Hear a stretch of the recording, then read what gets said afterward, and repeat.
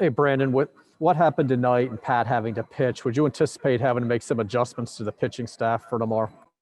It's a little bit tough with the day game after the night game when AAA now is a normal swing. It's not alternate site anymore. So I think those are discussions that we're having just now and probably a little bit after we're done here. But it's a possibility, but maybe not. Next question is from Rich Dubroff. Hey, Brandon, what went wrong with Zach tonight? Well, yeah, that clean first inning. I just thought they had a great approach. I thought it was a major league approach against the left-handed pitcher. If you notice, the majority of the hits were up the middle the other way. They stayed on the ball real well. The one pulled ball off of him was the kind of a hanging, I think it was a changeup to Chavis.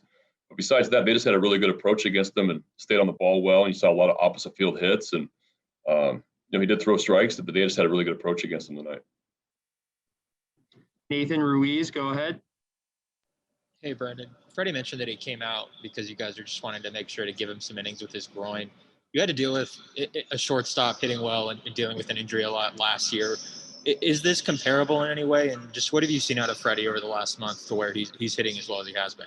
Well, yeah, Iggy's was a little more serious. Iggy was on one leg for a lot of the year. So I was just trying to manage it. He couldn't play defense a lot of time. Freddie's isn't at that point. Yeah, I want to try to keep Freddie healthy as much as I can. We're down 8 there. It's a cold night. He's playing defense for 3/4 of the game so far, it seemed. And a possibility of him playing tomorrow, I get him out of the game. So, yeah, it's something we're going to be managing. And he's a pro, and we communicate daily about it. And sounds like he wants to play tomorrow. Dan Connolly, go ahead. Brandon, obviously, line-wise, that's a difficult line for a guy like Lassiter, his very first major league start. Do you say anything to him? Does Chris say anything to him as far as just kind of keeping his, optimism up, or is it difficult to do any of that at all? Yeah, no, we'll talk to him. I'm sure Holte's, if he hasn't talked to him tonight, he'll talk to him tomorrow, and yeah, we stay positive with these guys. It's not easy. That's a good team. It's a good lineup.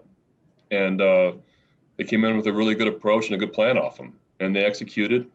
Like I said, majority of their hits were up the middle the other way, and took what they were given, and he just had a rough time getting through that second inning. Stan Charles, go ahead. Brandon, I know it looks on the surface like it's a blowout tonight. The score was 5-2, and Sean Armstrong was ahead of Dalbach 0-2. Are you happy with how he approached that situation? Well, I mean, he had him 0-2 on 2 elevated heaters, and then left a cutter or slider or something kind of in the middle of the plate, right in the swing path. So, yeah, I would love to see a better executed pitch there, 0-2.